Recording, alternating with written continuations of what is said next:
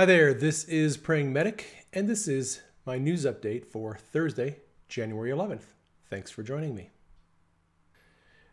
What's going on, everybody? There is so darn much winning going on. I don't know, you might get tired of all this winning. There's a lot of winning I have to report on. Even some of the stuff that doesn't look like it might be winning, I think is actually winning. You have to have the right perspective on this stuff. Thank you to everyone who has missed me over the last 2 days. People on YouTube, I apologize. I had to take a couple of days off. I didn't Ask Me Anything 2 nights ago. And then yesterday I was working on my first Twitter thread on the question of the FISA warrant, and did the Obama administration spy on the Trump administration without, or the Trump team without getting a FISA warrant. We are going to start out with the first of many good news stories. Fiat Chrysler, and this is a breaking news story I just posted on my Twitter timeline. Fiat Chrysler announced they're going to invest $1 billion to modernize their Michigan heavy-duty truck plant. That is in addition to $1 billion they already spent. They're moving their Ram truck manufacturing from Mexico to Michigan. That's going to add another 2,500 jobs. And they're going to give a $2,000 bonus to 60,000 hourly and salaried employees due to tax reform. That is Fiat Chrysler. And that is just one of many companies that have announced huge bonuses, investments, because of tax reform.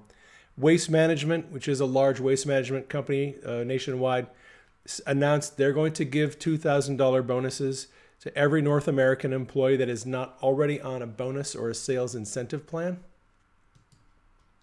South Carolina Electric and Gas has announced that they are going to give a cash rebate directly to their customers that averages $1,000 per household due to tax reform. A Washington, D.C. utility, Pepco, has announced they are going to pass along tax reform benefits to their almost 300,000 electric customers. Capital One Financial has announced they're going to raise their minimum wage to $15 an hour. Even Walmart is joining in. Walmart has announced they're going to raise their hourly wage to $11 an hour. They're going to expand maternity and parental leave benefits and provide a one-time cash bonus of $1,000 to their employees. Yes, Walmart also announced they are going to be closing several dozen of their Sam's Club locations, but the employees who are sticking around will get bonuses and better benefits and better wages. Mitch McConnell has said there are over 100 companies nationwide that have announced their intentions to deliver pay raises or bonuses thanks to the tax cut. So there is a whole lot of winning going on right now. There is a news report out on unemployment benefits. The number of Americans that are currently receiving unemployment benefits has hit a 44-year low. The stock market is going through the roof. Unemployment is down. Employment numbers are high. Wages are increasing. There is just so much darn winning going on. So I don't know. There's a lot to be happy about, I think. In other news, Steve Mnuchin, Secretary of the Treasury, has announced that the U.S. is either going to renegotiate NAFTA or we are going to pull out of it. He's pretty much made it clear. There's been these negotiations that have been going on for about a month or two, and Mnuchin is like, look, if we can't renegotiate, we're out. That's all there is to it. I'm going to throw this out there. Trump said in an interview with the New York Times today that if we stay in NAFTA, he is going to get Mexico to pay for the wall through NAFTA. So you can make of that whatever you want. Trump is just trolling and trolling and trolling. Jeff Sessions has announced, this is an announcement I got off the Department of Justice website this morning. Jeff Sessions has announced the formation of a special team that is going to focus on Hezbollah financing and narco-terrorism.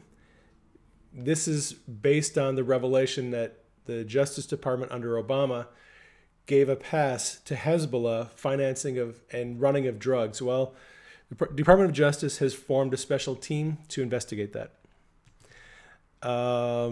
Moving along to other news, Golden Globe winner James Franco has been accused by 5 different women of sexually inappropriate behavior. Going right along, Clive Bundy and attorney Larry Klayman are considering bringing a lawsuit against the federal government for their prosecutorial misconduct in his case. Don't know if you saw this. This is a news from yesterday. Darrell Issa has announced, Republican from California, has announced he's not going to seek re-election. And Brinks reported a mysterious $11 million gold shipment heist yesterday. And there are already lots of rumors circulating about that, where that money went, where the gold went to. A lot of you probably know, if you've been following Julian Assange on Twitter, you noticed yesterday his Twitter profile picture changed. It's a gray background. He's wearing an Ecuadorian home soccer jersey. It has been reported that Assange has been given an Ecuadorian passport as well as citizenship, and this happened in December. There's a report out that he actually applied for Ecuadorian citizenship in September, and it was approved in December, and we're just hearing about this now. So there are rumors and reports that Assange has already been taken out of the embassy in London and that he is somewhere else. I do not have confirmation on that, but there are plenty of rumors about that. And speaking of Julian Assange, Sean Hannity is now in the penalty box by David Brock in Media Matters. They're calling him a conspiracy theorist after he retweeted my Julian Assange QAnon post yesterday. And, you know, it is what it is. It was kind of cool that Sean Hannity retweeted me on my Assange post, but it's funny. I just saw this Media Matters website page, where they put up Sean Hannity. He retweeted my tweet, and they said, oh, now he's diving into conspiracy theories. So I'm sorry, Sean, for that, but maybe it's a badge of honor. I don't know. All right. So other news, the FISA 702 reauthorization bill has passed the House. It is moving on to the Senate. Rand Paul has promised to filibuster that bill when it gets to the Senate. And that is going to bring us to our feature post for the day.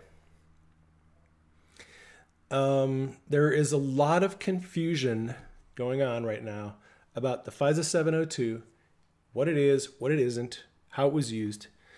I'm going to try to clarify some of the confusion. Trump put out 2 tweets this morning that have a lot of people confused. One of the tweets seemed to be against the reauthorization of the 702, and a second tweet seems to be in favor of it. I'm going to explain why those 2 tweets are there and what it means. You have to have the whole picture to understand what that means. So if it's okay, I'm going to save that for the end. Let's jump into my thread yesterday on Twitter about FISA 702. All right, so based on news reports that have come out over the last year or two, we've been under the assumption that a FISA warrant was obtained by the FBI and Department of Justice, which allowed the Obama administration to gather intelligence on the Trump team before and after the election. But recent events have basically caused us to re-examine some of those assumptions. Sundance, who goes by at the Last Refuge 2 on Twitter, also blogs at Conservative Treehouse, Sundance has been following this whole thing with the 702 FBI, Department of Justice. Sundance has been digging into this more than just about anyone. If you're interested in all of this, I would strongly recommend follow Sundance, follow Conservative Treehouse, The Last Refuge on Twitter. You will get the best information, the most up-to-date information by following Sundance. And I'm just going to say this right up front. The information that other people are reporting, John Solomon, Sarah Carter, Sean Hannity, on all of this stuff, they are weeks behind Sundance in reporting this information. The things that Sundance was reporting 2 or 3 weeks ago are the things that Sarah Carter and John Solomon are reporting right now. If you follow Sundance and you follow where the evidence is going, you're going to see Hannity, Sarah Carter, and John Solomon reporting on this stuff 2 or 3 weeks down the road, maybe a month from now. They will be at the same place we're at right now. So if you stay and follow where Sundance is going, you're going to be way ahead of everybody else on this. And that's what I've noticed. That's why I'm following Sundance and where all this is going. Now, Sundance has had in the back of his mind for a couple of weeks a very uncomfortable question. And the question is there any hard evidence to prove that the FBI and DOJ actually obtained a FISA warrant to spy on the Trump team? He offered a $1,000 reward to anyone who could provide evidence, hard, solid evidence, that the FBI and DOJ obtained a FISA warrant. Because Sundance has done a lot of research and does not believe that there actually was a FISA warrant issued. And I'm going to walk you through. When I saw that, I was like, okay, wait a minute. Let's just go back and let's reevaluate our assumptions about the FISA warrant. Where did this come from? Where did this story first originate? Why do we believe that the FBI or DOJ got a FISA warrant? Where did it all start, right? So I did some digging, and I researched stories from the New York Times, Washington Post, a lot of other sources, and everyone who reported on this initially, it all points back to a Heat Street article that was published by Louise Mensch, a famous Twitter troll who a lot of people think is a bit loony. And I went looking for Louise Mensch's original story, and it's gone. It has been pulled from the internet, but I did find an archived copy of it. And her archived copy says 2 separate sources with links to the counterintelligence community have confirmed to Heat Street that the FBI sought and was granted a FISA court warrant in October of 2016, giving counterintelligence permission to examine the activities of U.S. persons in Donald Trump's campaign with ties to Russia. You go to Washington Post, New York Times, anybody else who's reporting on this, they all point to Louise Mensch. Hey, she's the one, she got the information.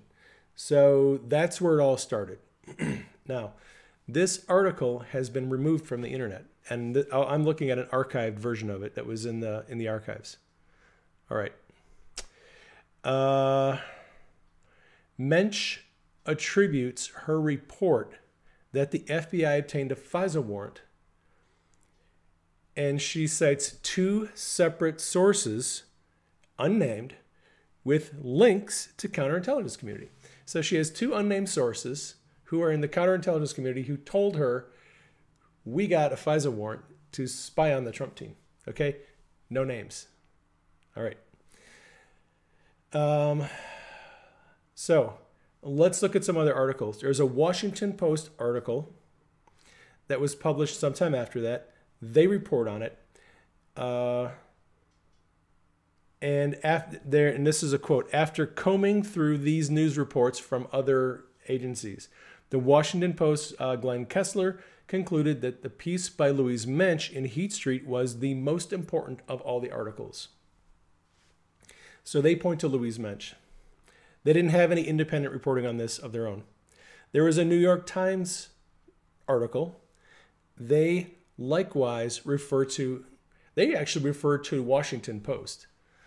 and Washington Post refers to Louise Mensch. Although there is a later Washington Post article that essentially parallels Louise Mensch's report, saying that, and this is a quote, "The officials spoke about the court order on the condition of anonymity because they were not authorized to discuss details of a counterintelligence probe." So the Washington Post, in a later article, confirms that there was a FISA warrant, but again, they cite 2 anonymous sources who told them they got a warrant. No hard evidence yet, just anonymous sources telling these reporters that they have a warrant. All right.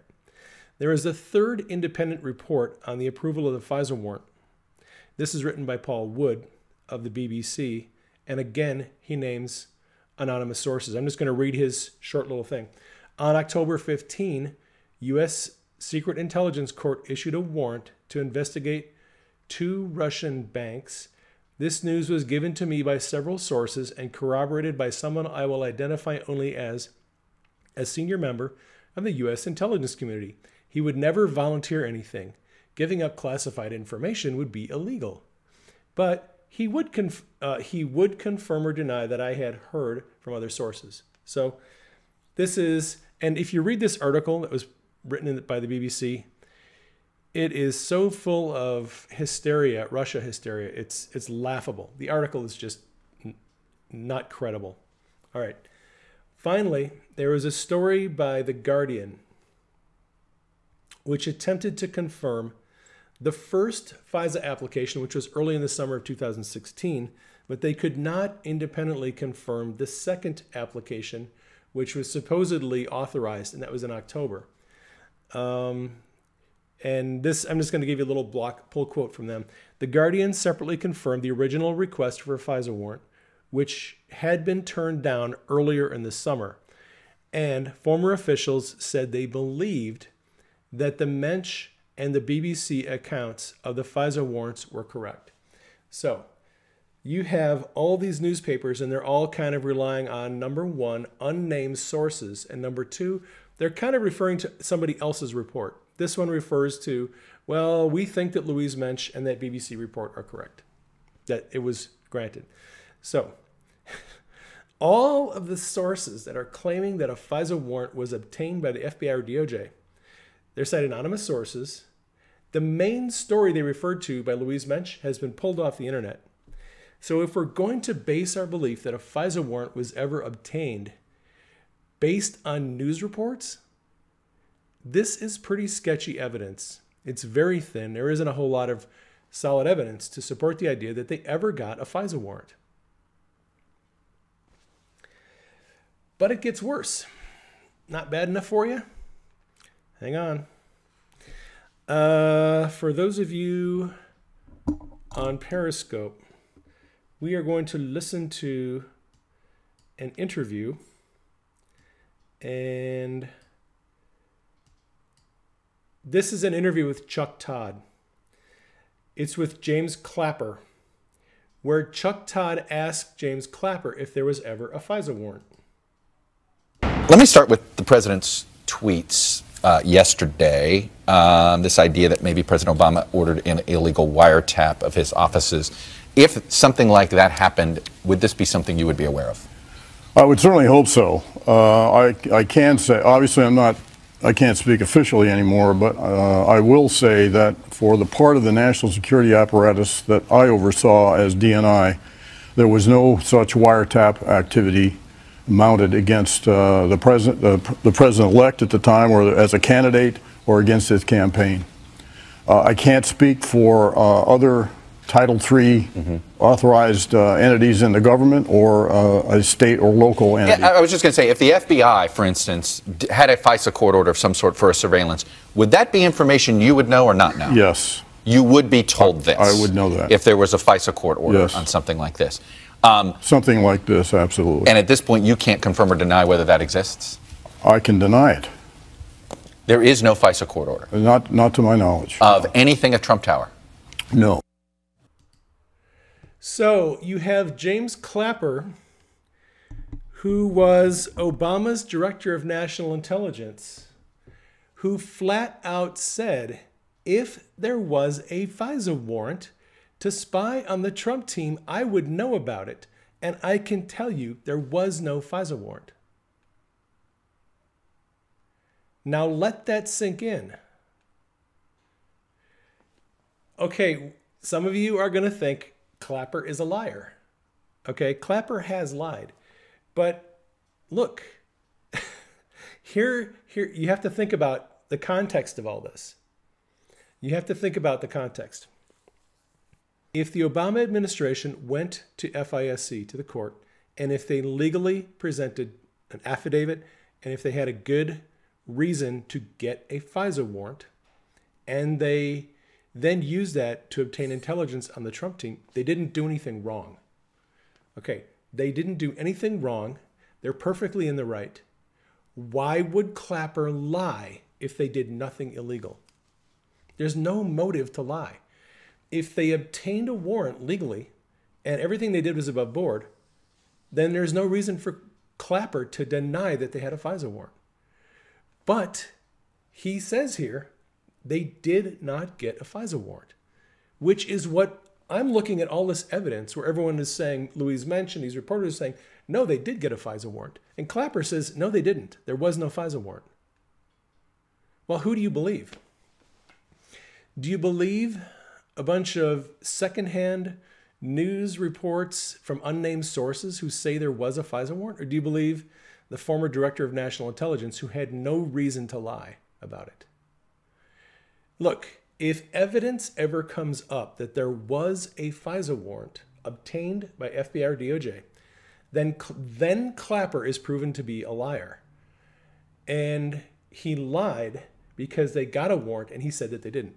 That puts him at exposure to a lot of risk.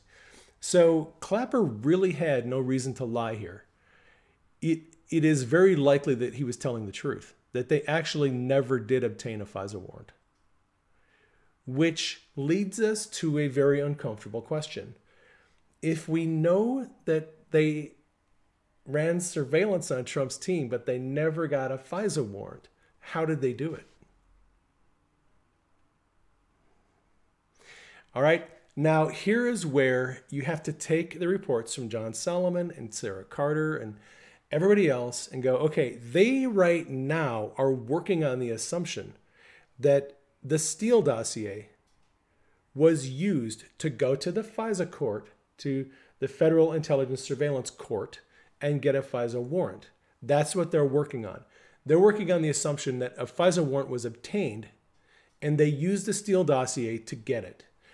I would say that they probably went there and may have presented an application to get a warrant, but Clapper's saying they never got one.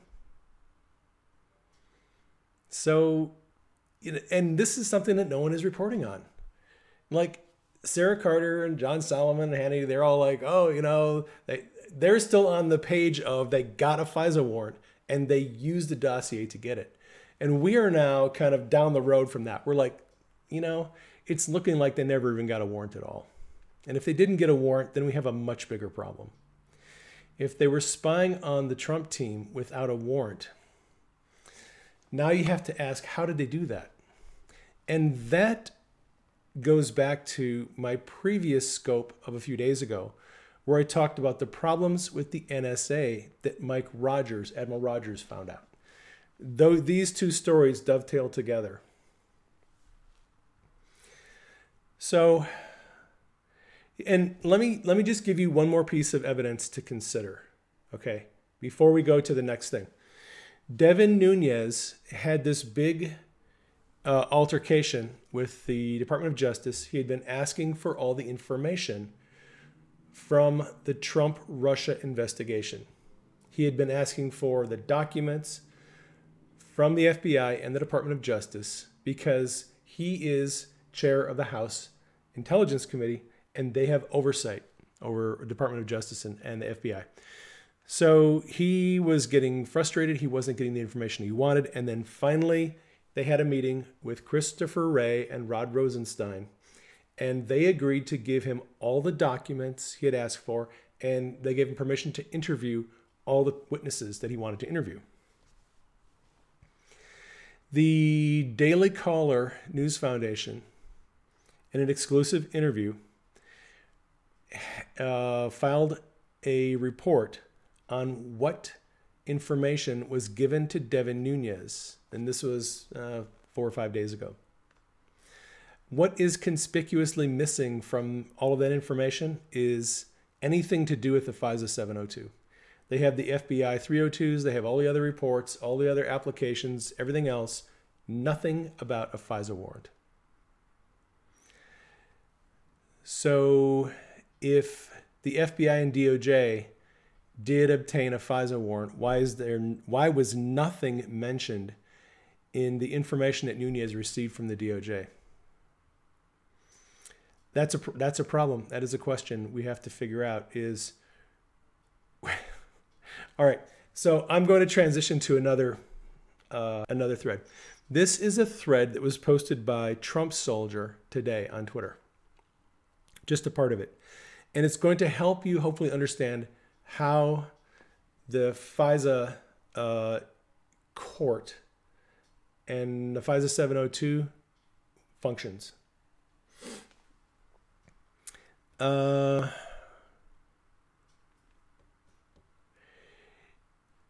In this thread, Trump Soldier says that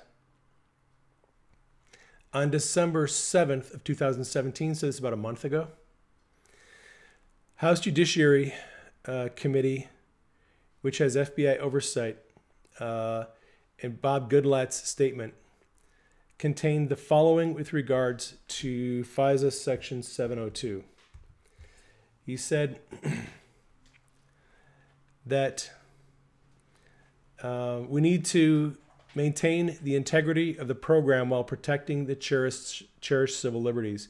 We ensured that the FBI is not hindered by having to obtain a warrant before performing a search for information that the agency has inside its databases. This is a very important statement. I'm going to read this again. Concerning substantive legislative measures, we find ourselves only weeks before a critical program for our national security expires. This is what they voted on today, that the House passed the reauthorization of 702. This statement was made about a month ago. The committee passed on an overwhelmingly bipartisan basis a reauthorization of 702 that maintains the integrity of the program while protecting civil liberties. We ensured that the FBI is not hindered by having to obtain a warrant before performing a search for information that the agency has in its databases.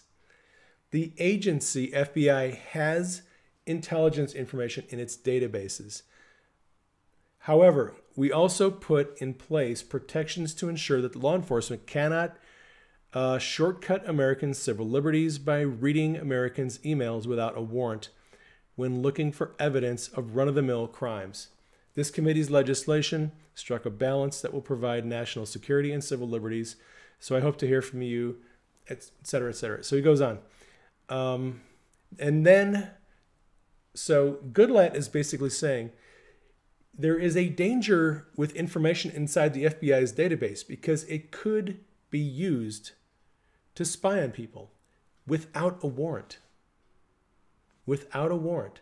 Keep that in the back of your mind for a few minutes. So as we know, we're kind of working now on the assumption that there is no solid evidence that a FISA 702 warrant even exists. FBI Director Chris Wray explained in his appearance before Congress, there are situations that do not require a search warrant. So, can you explain why you obtain a criminal search warrant before reading an email of someone under investigation for a crime? I'm sorry, can you repeat the question? Can you explain why you obtain a criminal search warrant before reading an email of someone under investigation for a crime? Well, in the situations where a search warrant is required, and of course under the Fourth Amendment there are plenty of situations where a search warrant is not required. There are all sorts of aspects to the Fourth Amendment. But in those situations where we seek a warrant, it's because the Fourth Amendment requires. Okay. He said there are all kinds of situations where a search warrant is not required. You got to keep that in mind. All right. What are the situations when a search warrant is not required? All right. So let's move on to the about queries in the FBI database. We're going to listen to another discussion between Bob Goodlatte and I think Chris Wray. And this is about Wray's assessment of the FISA 702, the way it's currently drafted. Goodlatte is making a distinction between foreign and domestic surveillance. So sit tight. Let me get this queued up. Section 702, as you and I both noted, is up for renewal within a few weeks. It is a critical national security tool that must be reauthorized. You and I agree on that as well. But it is just that, a national security tool, not a criminal tool. Is it reasonable when accessing content that shows evidence of a routine crime and is located in the FBI 702 database that agents should obtain some process as is required in criminal cases? Mr. Chairman, I've appreciated our discussions on Section 702. My own view is that Section 702, as currently drafted, which is the view shared by the courts that have looked at the question, is fully constitutional and lawful. And I would say to you that our handling of querying of the information in the 702 database is querying of information that is already lawfully and constitutionally in the FBI's possession and is most useful at the earliest stages when information is coming in fragments and the Bureau is trying to make assessments of what do we have, is this a real threat, where is this going? And I would implore the committee and the Congress not to begin rebuilding the wall that existed before 9/11. Well, thank you. My time's expired, but I will add that we share that concern as well, and that's why we have drawn a clear distinction between national security and solving domestic crimes. And when it comes to the query, we allow that to move forward. But when you then find that there's something related to the investigation of a domestic crime, then you should go ahead and get a search warrant. And we've protected the FBI's ability to access that database for the purpose of a query. But then if you're going to take it further and actually read the contents of the emails, if they're national security, go right ahead, because you may be stopping a terrorist attack. But if you're solving a domestic crime, whatever it might be, then I think you need to respect the civil liberties of American citizens and get. Okay. So what's going on here, to those who are not familiar with this, they're talking about the fact that the FBI has a database that is built off of the NSA's database. The FBI has its own separate database that they can get information from by simply putting in a query into the database. All they have to do is, and there's a form, and it's a 702 form, and there's two sections of it, Section 16 and Section 17. We talked about 17 on my last broadcast. The FBI has a database, and they can access that information. And according to, now, think about this. The FISA 702 is Foreign Intelligence Surveillance Act. It is only intended to be used on people that are known to be foreign agents. It is not to be used on American citizens. However, what looks like it has been going on is the database, the FBI has a database, they have the information. They're not supposed to use it unless they have a current ongoing counterterrorism investigation. That is what that database is used for. It is for counterterrorism investigations. You you can look into the database, you can put in a search term, and the database will either confirm or deny that search term is in that database. If you get a confirmation that the information is in the database, you go to FISA court, you put in an application, you try to get a FISA warrant to look at the information. Okay, that's how it's supposed to go. And this is for counterintelligence, counterterrorism. It's not for criminal, and it's not for American citizens. Not for criminal investigations, not for US citizens. Okay? The question that we're wrestling with now is whether the FBI used the information for criminal investigations and for US citizens. They're misapplying what this database was intended for. All right. So just so you know, the NSA is collecting intelligence on everyone 24/7. The data that the FBI wants to look at is already there. They don't have to go to the NSA and get it. They have their own database where this information resides. They just put in an about query, and the information is either there or it's not there that they're looking for. All right, now I'm going to give you an even more a breakdown on exactly how they do this. The FISA database. Okay, the FISA database. There is a separate database for FISA.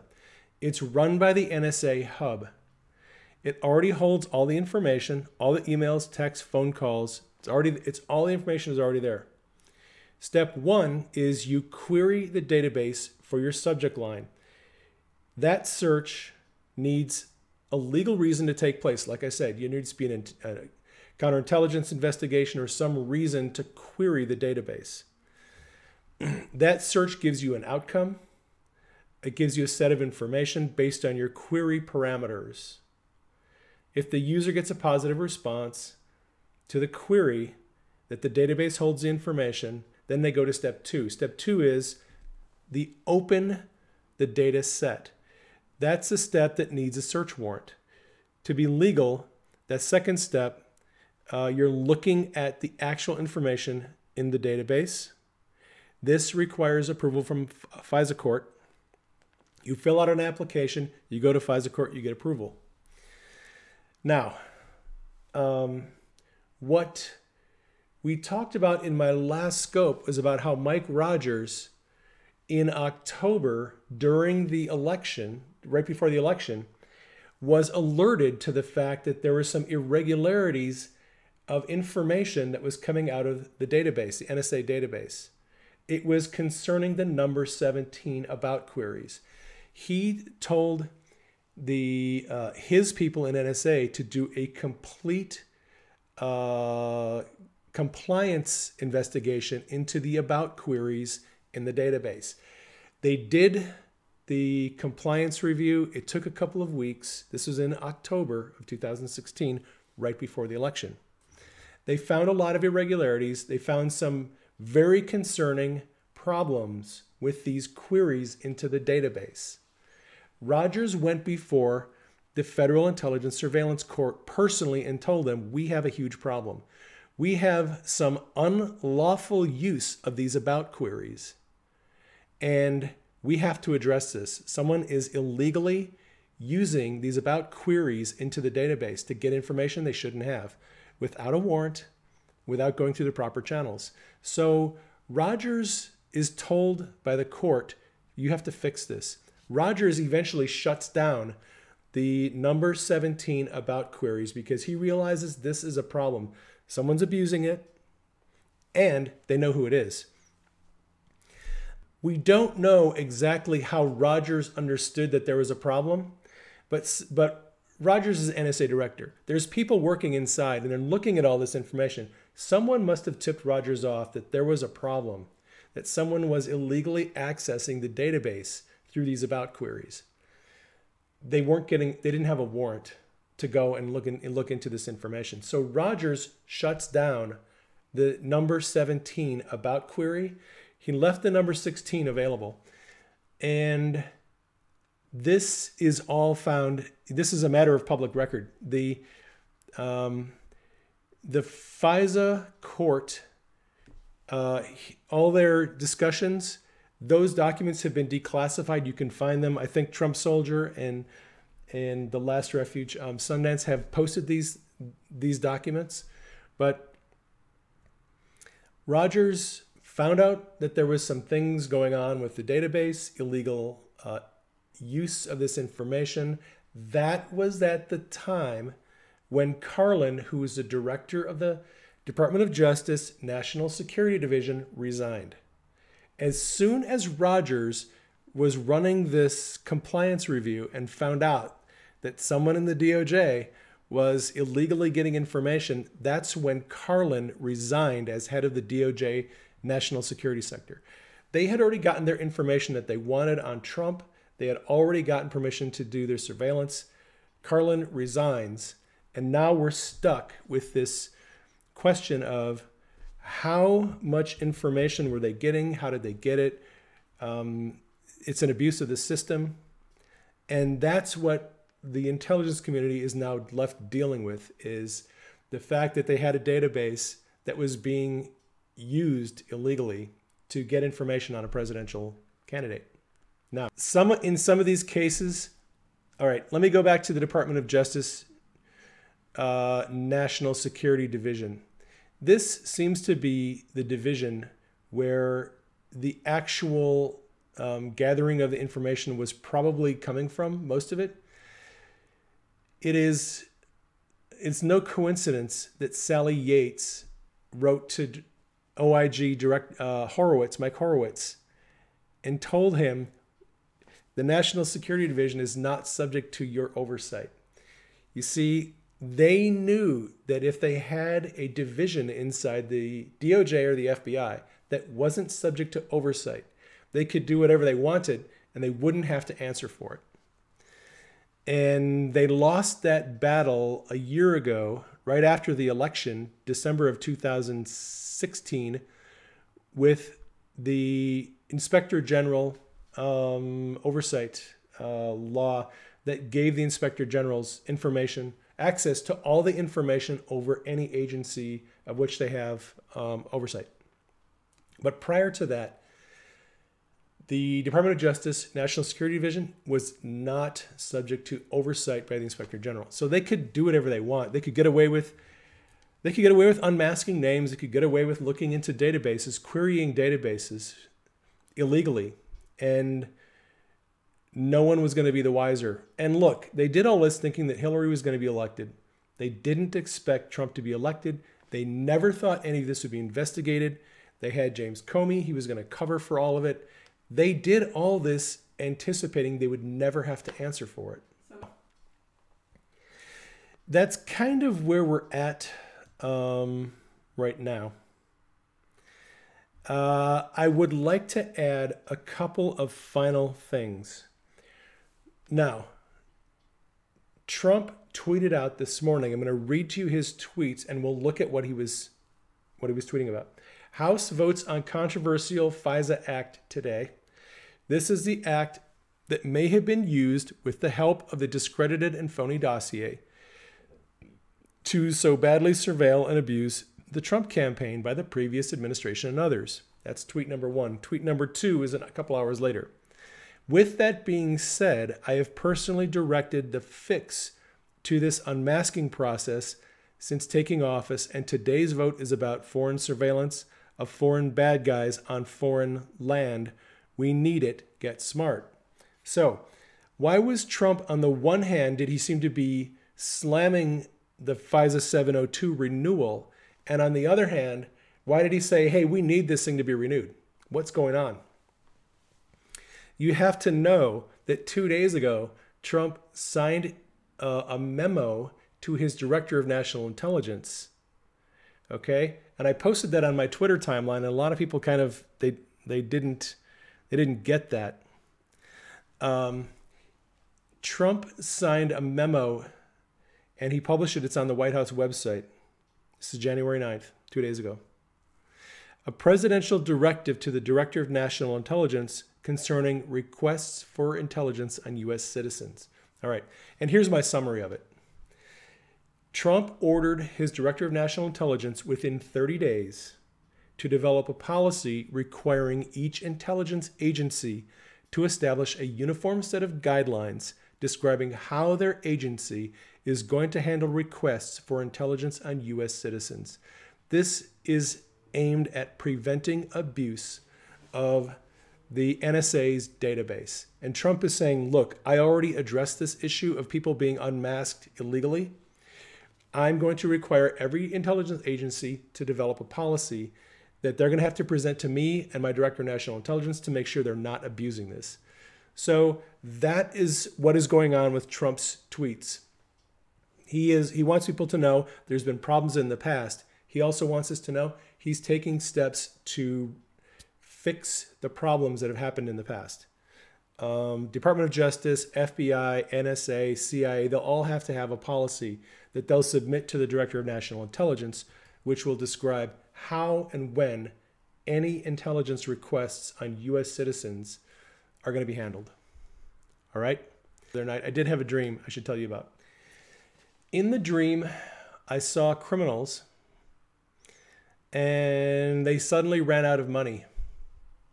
It was almost like their assets had suddenly been frozen. They were panicked because they didn't have any money and they didn't know where to get any more money. And just hit them out of the blue. Boom. Their money was gone.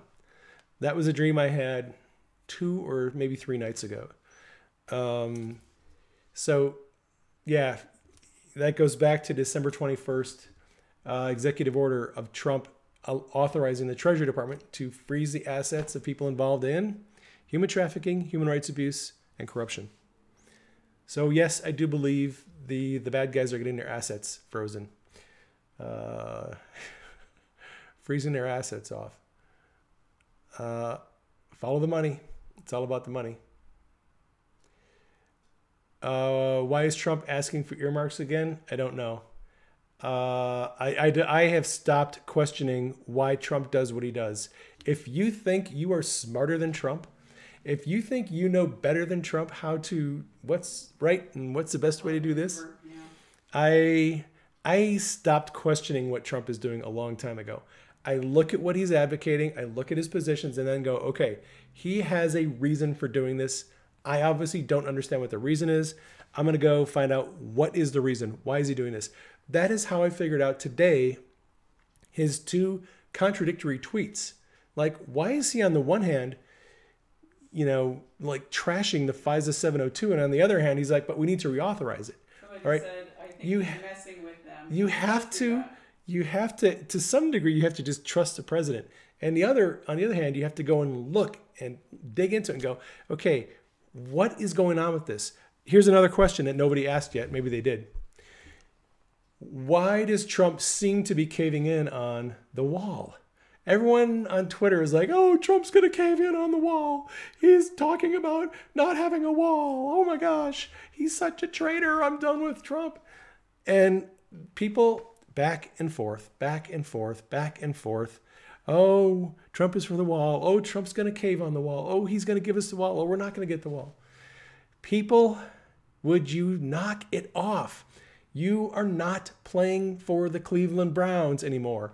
You got traded to the New England Patriots, who have won more Super Bowls than anyone else. We have a great coach, and he knows what he's doing. Stop acting like you're playing for the Cleveland Browns. Trump knows when he is in the middle of a negotiation, that is the worst time to look at what you think he's going to try to do, because he is working the room. He's trying to work his opponents. He's trying to maneuver them into a position where he has leverage on them. You cannot understand what he is actually working toward in the middle of a negotiation. He has in his mind what he wants, and he's working a way to get it. So stop freaking out when you think, oh, Trump is caving in. No, he's not. He's negotiating. Oh my gosh, he is the best negotiator in the world. You got to trust him. He knows what he's doing. And sometimes you might need to think outside the box. And don't listen to the mainstream media, because they almost always get it wrong. Come on, people. Don't worry about DACA. I mean, look, you can have your opinion on DACA. We all have our opinions on DACA. Trump knows what he's doing. And look, politics is a process of negotiation. Nobody gets everything they want. When you go to Congress and you go to Capitol Hill and you're dealing with opposing parties, it is give and take. Nobody gets everything they want. You have to decide going into the negotiation, what do you want and what do they want? And can I get what I want and they get what they want? Because you have to do some negotiation. And we don't know how this is going to turn out, but I am trusting in my president. I voted for this cat because I think he's smart and he knows how to get what he needs. And I am not going to freak out if DACA gets approved and Trump gets his wall. I'm guessing it's going to end up that Trump will negotiate a position where some of the dreamers get to stay, no chain migration, and the wall gets built. That's probably what we're going to end up with. And you might as well start getting used to that, because 6 or 7 months ago, it looked like that's what was going to happen. And the closer we get to March, it's looking like that's probably what's going to happen. Trump has told everybody what his end game is. We're going to get the wall, no chain migration, no lottery system anymore. That's what he wants. That is what he's going to get. What the Democrats get is up to them. But Trump already knows what he's going to get. You can take it to the bank. Trump is going to get those three things. It's just a process now of negotiating how it's going to happen. All right. That is it for the news today. I'm going to let you go about your business. Thank you for tuning in as always. Thank you for supporting me financially. I love you. You're amazing. This is Praying Medic, and I will catch you on the next broadcast.